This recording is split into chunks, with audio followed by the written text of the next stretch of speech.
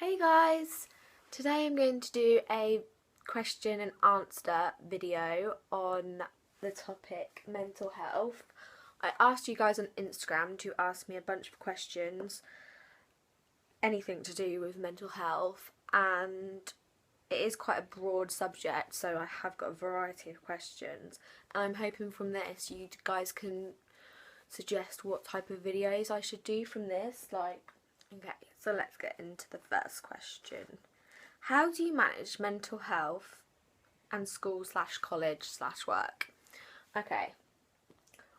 Well, I do college and I also have to manage 2 jobs on top of that, so this is quite a good question for me because there will be days when you do struggle more than other and you may not be able to go into college or school, and as it is just like we do compare it to physical illness, but as it is just like a physical illness, if you are ill and you can't go to school, then that's okay, and that's the same with your mental health. You obviously can't function properly.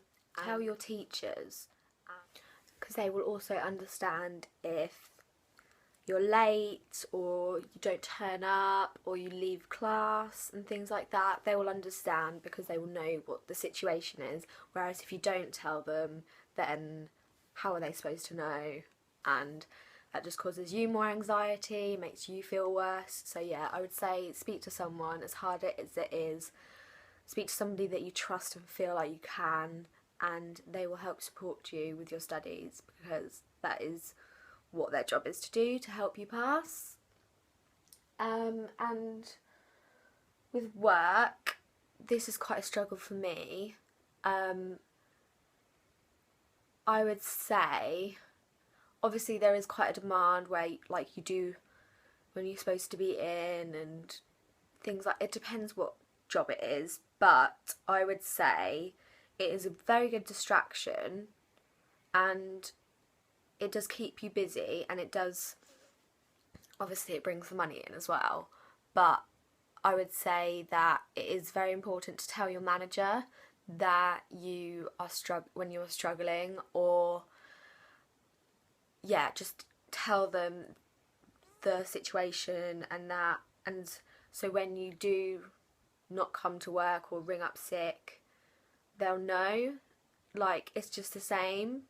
You ring up and say, I can't come into work because of my mental health. Like, that is completely fine. It is still an illness. So yeah, I would say the main thing is to tell people that you are struggling, and so they can help you and they know the situation, because that will reduce your anxiety. And yeah, the next question is, distractions you find most helpful. Okay, my most helpful distractions, I would say, would have to be colouring. I find that very therapeutic, as you like those mindful colouring books that you get. It just keeps your mind busy, and I don't know, it's quite therapeutic. And music is a great distraction. I would say if you are feeling low, to listen to happy music opposed to sad, although sometimes it is just good to get a good cry on and listen to sad songs and get it all out. But yeah, I would say that music definitely changes my mood and keeps me distracted. So I would say that is a good one. And also arranging, like, to see your friends or doing something with your family, because although you might not have the motivation, you just want to stay in bed and not see anybody, you have to push yourself to go and just do it, and you'll feel so much better. Like, for instance, I went out at the weekend and I've been having a bad few weeks. I could have easily just said no, I don't want to go out, but I pushed myself to go out and I actually had a really good night. So yeah, I would just say to not isolate yourself, because although that is exactly what your mind is telling you to do, and it is not helpful, is it? So also, self-soothing is important. So taking a nice bath, using products like Lush, having a Lush bath and stuff, and just looking after yourself is a good distraction in itself and will make you feel better. Doing your nails, your makeup, anything, even if you're not leaving the house, just making yourself feel good will distract you and hopefully make you feel a bit better. Things that keep you motivated. Okay. Things that keep me motivated is uni, because I want to go to uni this year. And I guess my future is the thing that keeps me motivated. You're like my aims. So I want to become a nurse. So I would say that's a massive motivation for me to recover, because if I don't and I don't get better, then I'm not going to be able to do what I want in the future. I need to remain focused. And okay, out of all mental health disorders, which do you think society has the most incorrect view of, and why? This is a good question. I would have to say, my personal opinion would have to be eating disorders, especially anorexia nervosa, because most people's views of this are that you have to be X amount of pounds, or so this, you have to basically be a stick, a walking skeleton, who doesn't eat a single thing because that is what people think, or that you only eat lettuce or vegetables, because that is completely not the case. That is what media is suggesting and putting out there, that when you're anorexic you don't eat anything, but that's really not the case. People with anorexia restrict their intake, but for example,